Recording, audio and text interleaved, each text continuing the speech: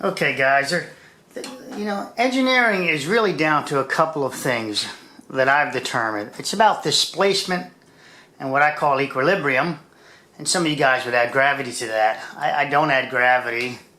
It's been debunked in so many ways. We're talking about gravity on the Earth.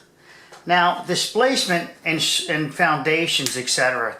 It's always before it can find equilibrium where it can hold up the weight of the building or the structure and the people inside, live loads, dead loads, snow, wind, all those forces. It has to find equilibrium, and therefore it has to reach a point where it displaces equally what it weighs or potentially will weigh with the extra weight in it. I put a magic mark inside of this glass. It's right there, ever so faintly. Let's just do that.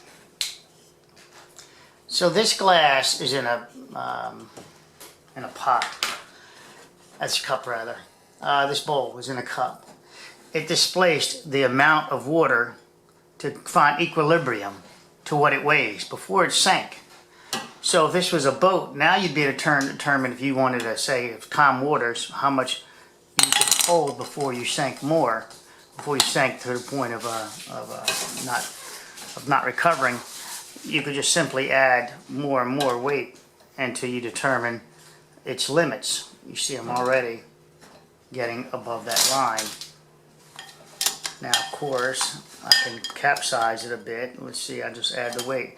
It's still in there. It's still in there, displacing more than what it weighs.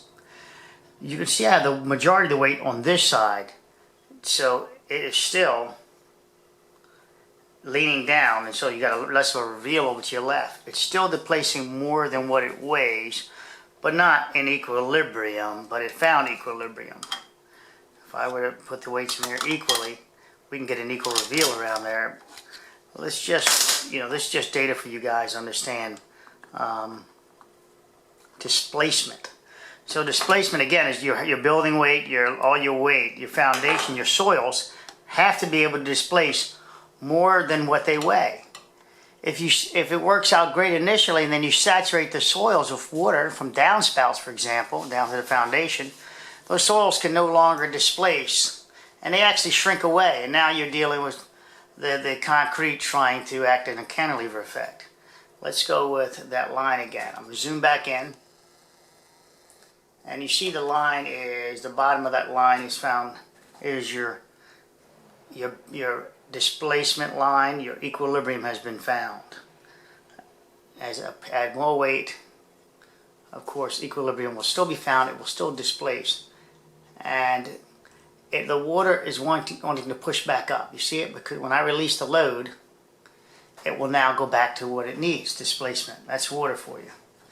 That's hydraulics for you, right? Now let's go ahead and go to a smaller bowl next to it. The question is, will the line be the same?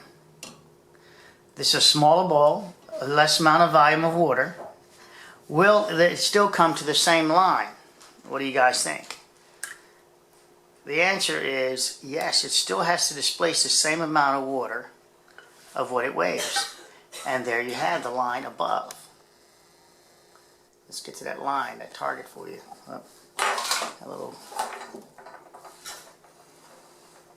Sorry, I hit the walls of it. There's your line. There's your water line right here. It still displaced the same amount of water to maintain floating. We still have the same reveal. In turn, the water internally displaced, and it went up the sides of the walls of this glass jar, which you can clearly see. Watch when I pull it out, the water recedes. Now I displace it with the weight, and there we have it.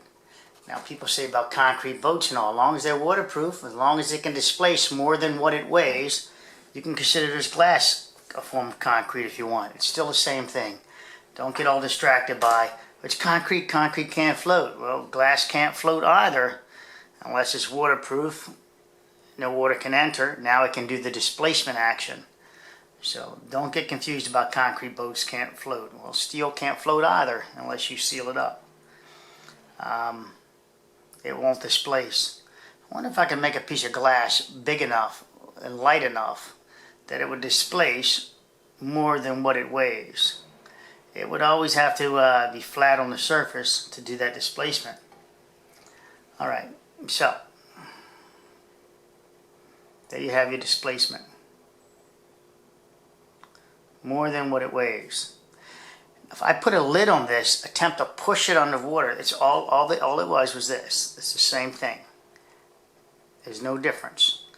It's still going to go back to displacing what it weighs. Got a sinking ship, you dump things out. You got an aircraft that can't maintain elevation. You start dumping things out. So the displacement, it's displacing air. This displacement is a beautiful thing. You know that single pump that you have in your heart every now and then, the pulse? It just displaces a little bit of fluid, closes the valve, and that in turn, since it's hydraulics, displaces all the blood in your body by one, whatever it may be, whatever your heart pumps. Alright, I just wanted to show you this and show you displacement and why it's so important. Everything displaces. I'm going to end this with sort of a weird one for you guys. You know, I like ending something profound. Trees are displacing air. Trees are displacing air as they grow.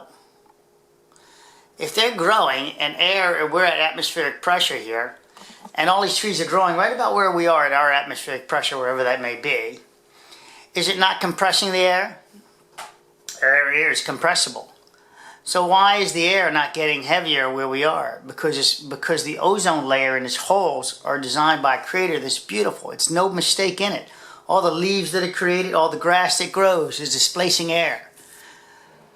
That air, of course, we have an ozone layer. If we didn't have an ozone layer, if we did not have an ozone layer where we would allow escaping gases, the trees would compress this air around us and our atmospheric pressure would go up.